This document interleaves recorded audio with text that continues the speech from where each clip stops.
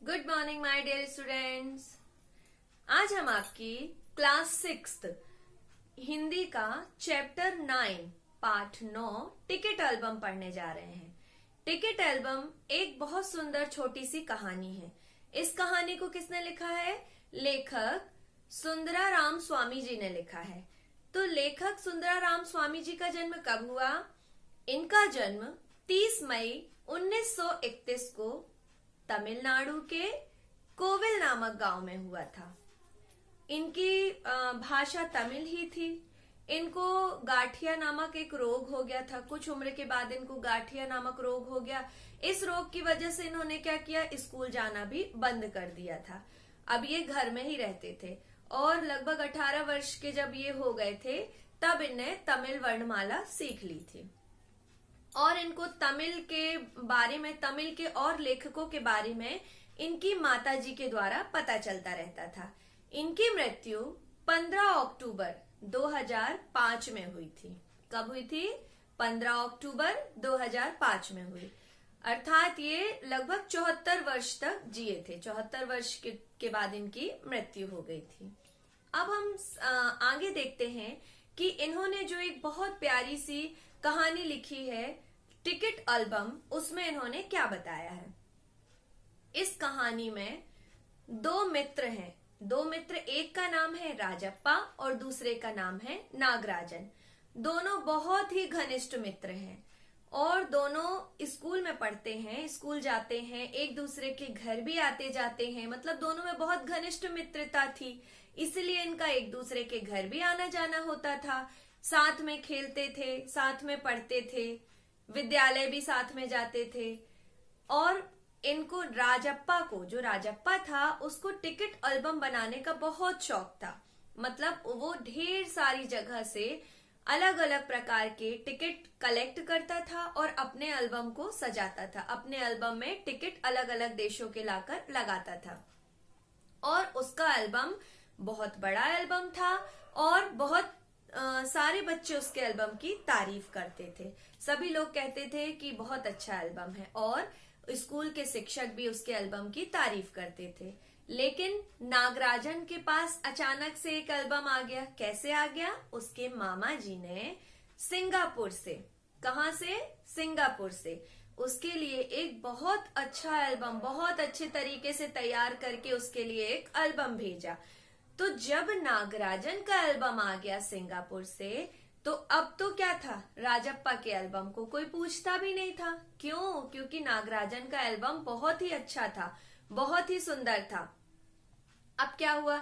अच्छा, इस बात को आप ऐसे समझ सकते हैं ना कि जैसे आपके साथ भी होता है कि आप मान लीजिए आपके टीचर ने आपको कोई असाइनमेंट बनाने दिया, प्रोजेक्ट बनाने के लिए दिया है, तो आप बनाकर लाए हैं। मान लीजिए आपने बहुत मेहनत की, बहुत अच्छे से अपने हाथों से अपने प्रोजेक्ट को या असाइनमेंट जो भी है उसको आपने रेडी किया और टीचर ने उसको देखा, उसकी बहुत तारीफ की।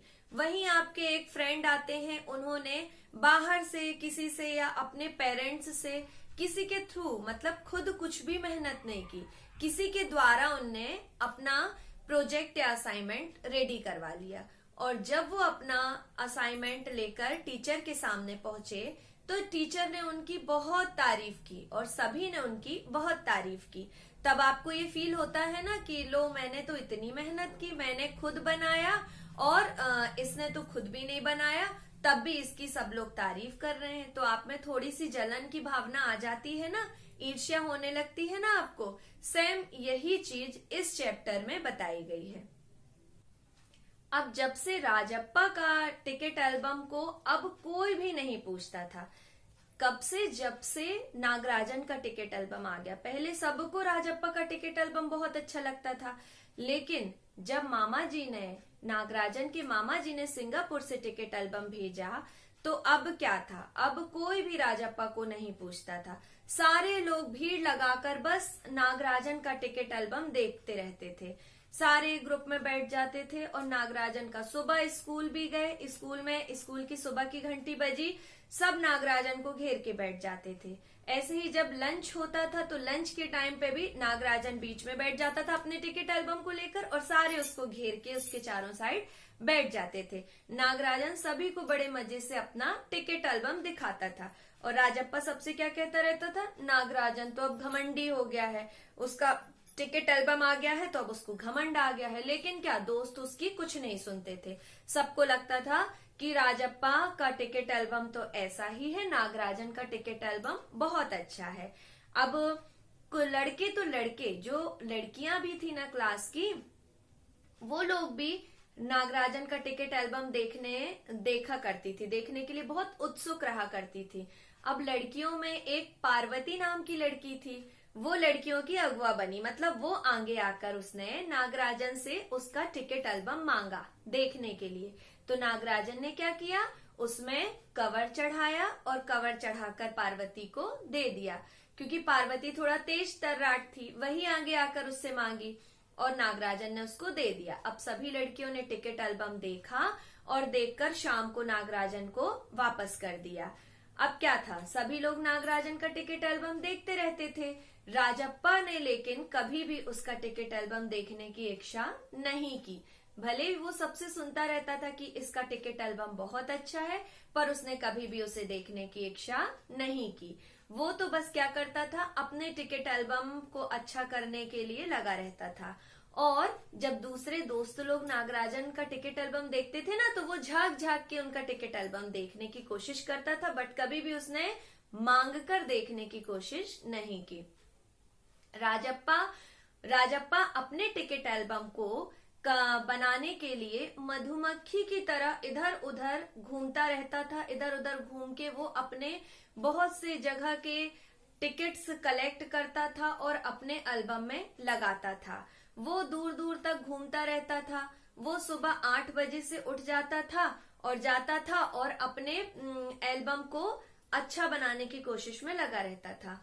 और जिन भी लड़कों के पास और अच्छे टिकट्स रहते थे ना, तो उनके पीछे उनके चक्कर लगाता रहता था कि मैं उनसे जाकर टिकट्स ले लूं। 2 ऑस्ट्रेलिया के टिकट के बदले 1 फिनलैंड का टिकट ले लेता था, 2 पाकिस्तान के बदले 1 रूस का ले लेता था। तो ऐसे करके वो लड़कों के चक्कर लगाता रहता था और अपना एल्बम को अच्छा बनाने की कोशिश करता रहता था।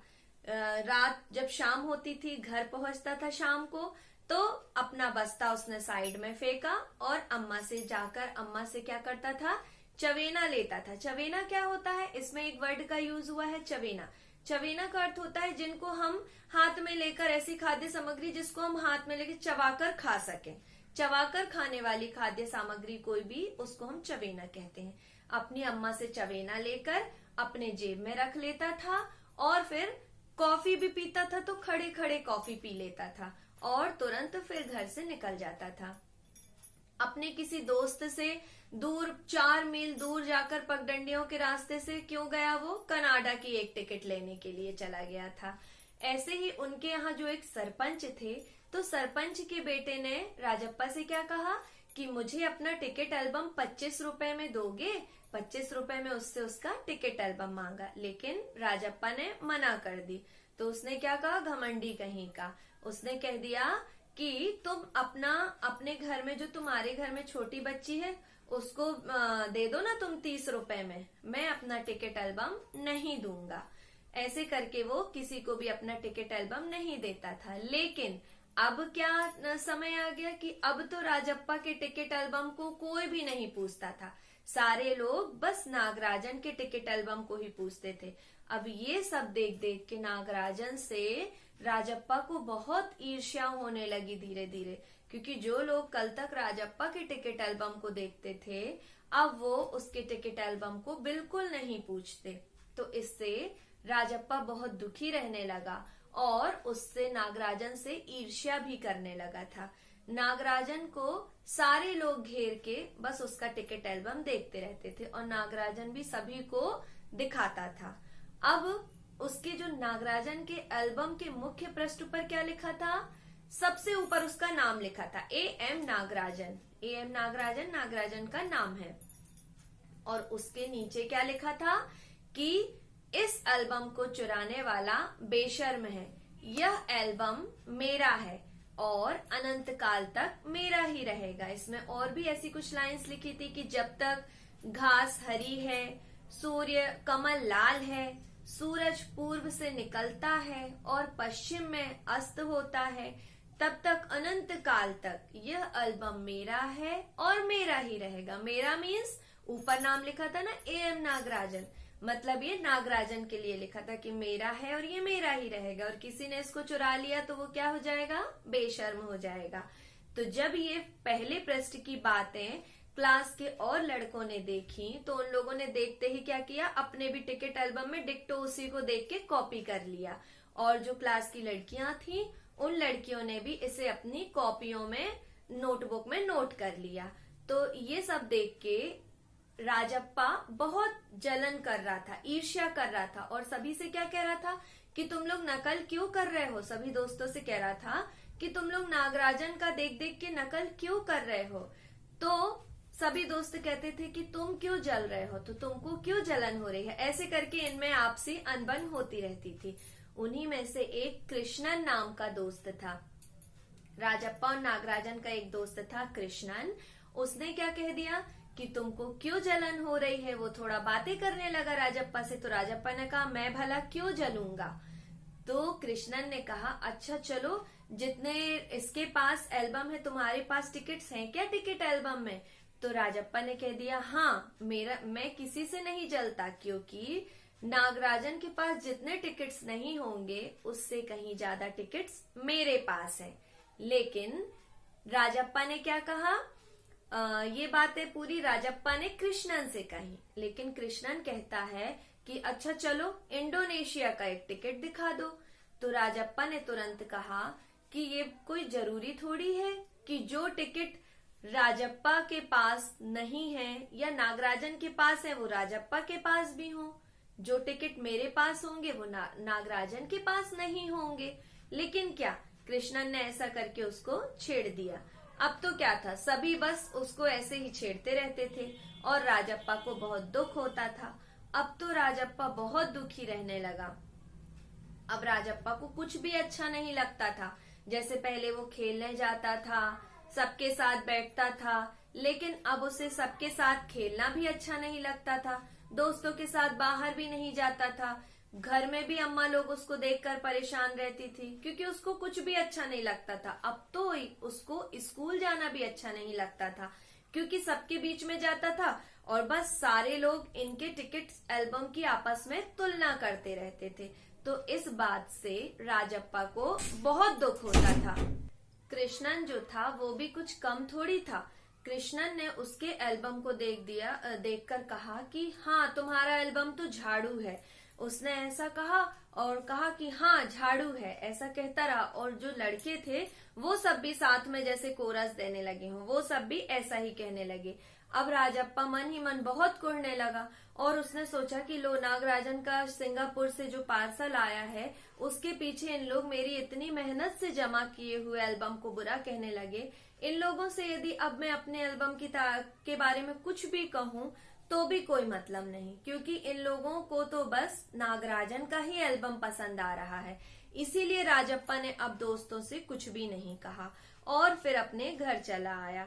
अब उसे कोई भी अच्छा नहीं लगता था।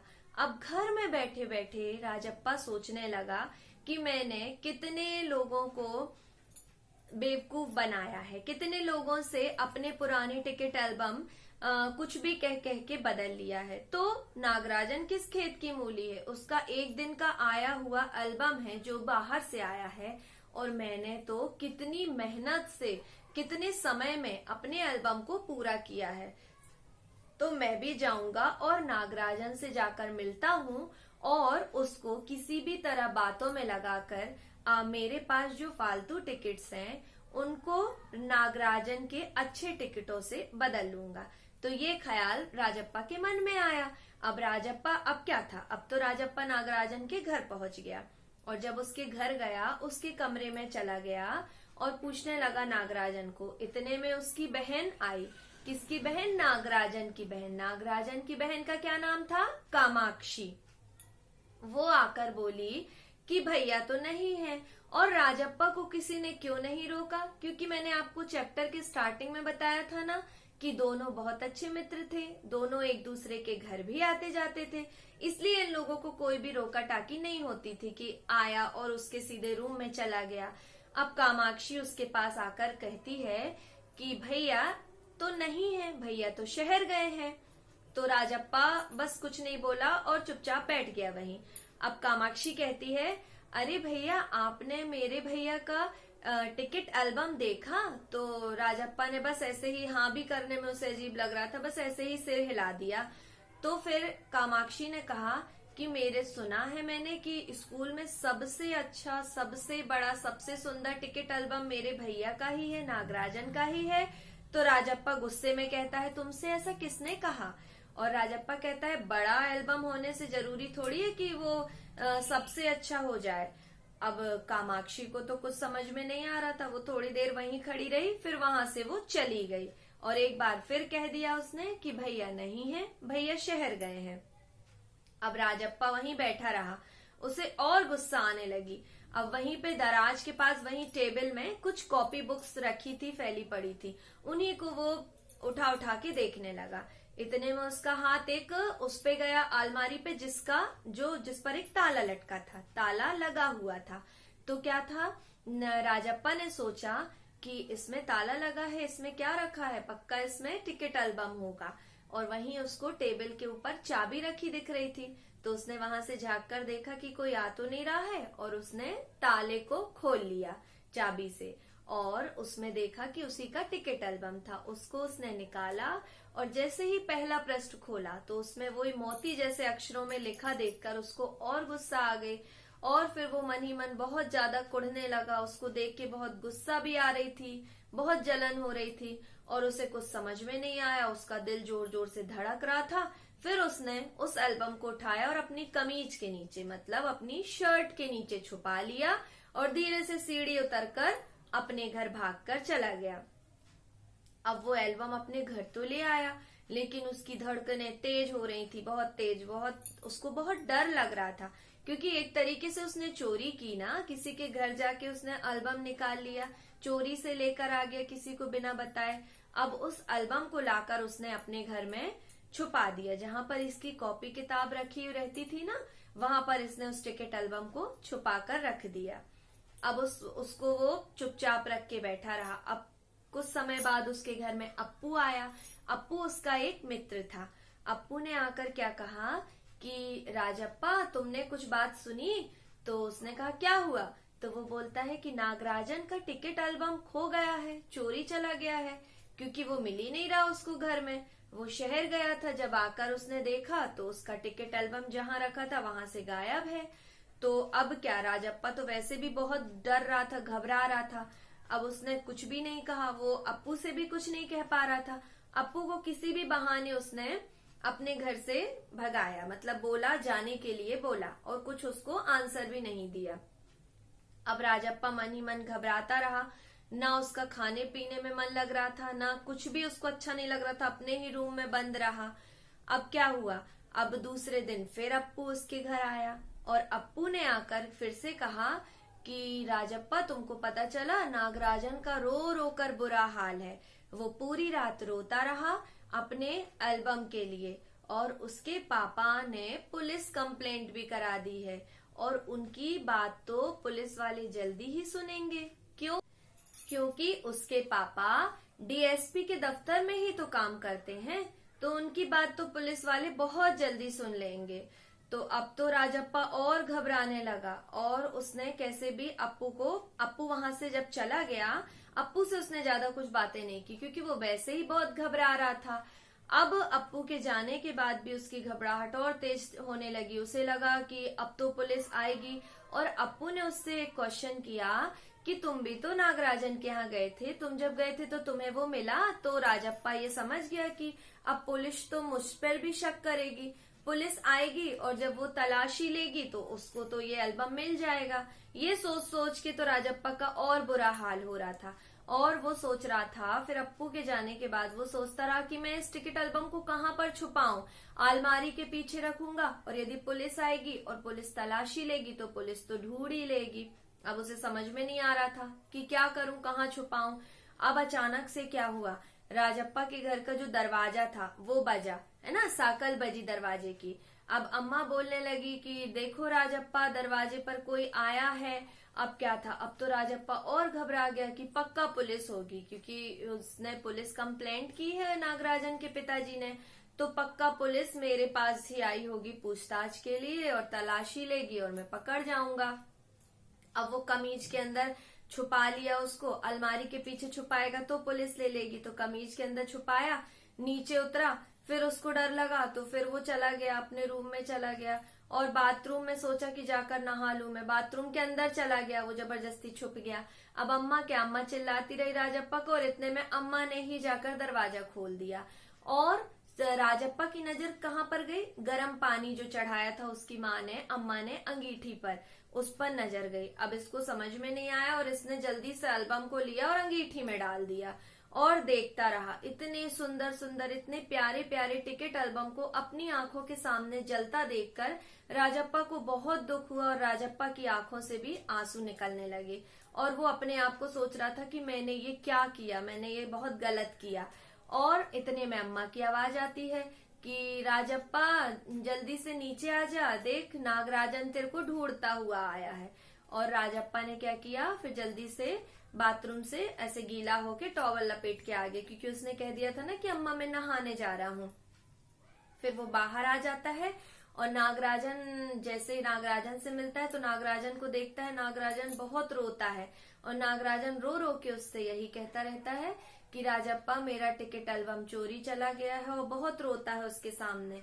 अब राजप्पा को बहुत दुख होता है और उसे अपनी गलती का एहसास होता है, लेकिन वो नागराजन से कह भी नहीं सकता कि मैंने ही सब कुछ किया है, लेकिन वो इसका पश्चाताप करने की अपने मन में सोचता है और वो उसको बोलता है कि तुम मत रो, तुम चुप जाओ, तुम दुखी मत हो। लेकिन क्या था, नागराजन तो बहुत दुखी था और रो रहा था, रोए जा रहा था, तो उसने उसको छुपाया राजप्पा ने और फिर अपना पश्चाताप करने के लिए उसने मन ही मन में ये सोचा कि जितने प्यार से उसने अपने टिकट एल्बम को तैयार किया था, इतनी मेहनत से, इतने लंबे समय में, उसने कह दिया कि ठीक है नागराजन, तुम बिल्कुल मत रो, दुखी मत हो, तुम मेरे एल्बम को ले लो। अब ये बात सुनकर नागराजन को अचंभा हुआ। उसने कहा तुम मुझे अपना एल्बम क्यों दे रहे हो। राजप्पा ने कहा कोई बात नहीं, तुम दुखी मत हो, तुम रो मत, तुम मेरा एल्बम ले लो। और अपने टिकट एल्बम को उसने राजप्पा ने नागराजन को दे दिया। अब नागराजन ने उसका टिकट एल्बम भी ले लिया। उसको भी ज्यादा समझ नहीं आ रहा था कि ये मुझे क्यों दे रहा है, फिर भी उसने उसका टिकट एल्बम ले लिया। अब नागराजन और लेकर नागराजन अपने घर जाने लगा। अब जब वो अपने घर जाने लगा तो राजप्पा ने फिर से उसको आवाज लगाई पीछे से और कहा कि नागराजन सुनो, तुम आज रात के लिए मुझे मेरा टिकट एल्बम दे दो, मैं कल सुबह तुम्हारे घर आकर तुमको अपना एल्बम दे दूंगा। नागराजन ने कहा ठीक है और उसको, राजप्पा को उसका एल्बम देकर नागराजन वहां से चला गया। अब क्या था, अब राजप्पा अपने कमरे में गया, अपना दरवाजा बंद किया और अपने टिकट एल्बम को अपनी छाती से लगाया और बहुत रोया और फूट फूट कर रोने लगा। तो यहीं पर आपकी ये बहुत सुंदर प्यारी सी टिकट एल्बम कहानी समाप्त होती है। आप सबको समझ में आ गई होगी ये कहानी बहुत अच्छे से। दो मित्रों के बीच की ये कहानी है। तो आपको इस कहानी से क्या शिक्षा मिलती है, लेखक इस कहानी के माध्यम से हमें क्या शिक्षा देना चाह रहे हैं कि हमें कभी भी किसी से ईर्ष्या नहीं करनी चाहिए, किसी के प्रति जलन की भावना नहीं रखनी चाहिए और सबसे मेन बात, हमें किसी से भी किसी की भी तुलना नहीं करनी चाहिए। क्योंकि यहाँ पर वही हुआ ना, तुलना कर करके राजप्पा और नागराजन की जो इतनी अच्छी मित्रता थी, वो मित्रता कितनी गहरी दुश्मनी जैसे परिवर्तित हो गई। और हम उन राजप्पा ने कितना गलत काम किया कि उसके एल्बम को चोरी कर लिया, उसे जला दिया। बाद में पश्चाताप हुआ तो फिर वो क्या करता। इसीलिए हमको यही सीख लेनी चाहिए कि कभी झूठ नहीं बोलना चाहिए, किसी की किसी से तुलना नहीं करनी चाहिए। Okay, thank you.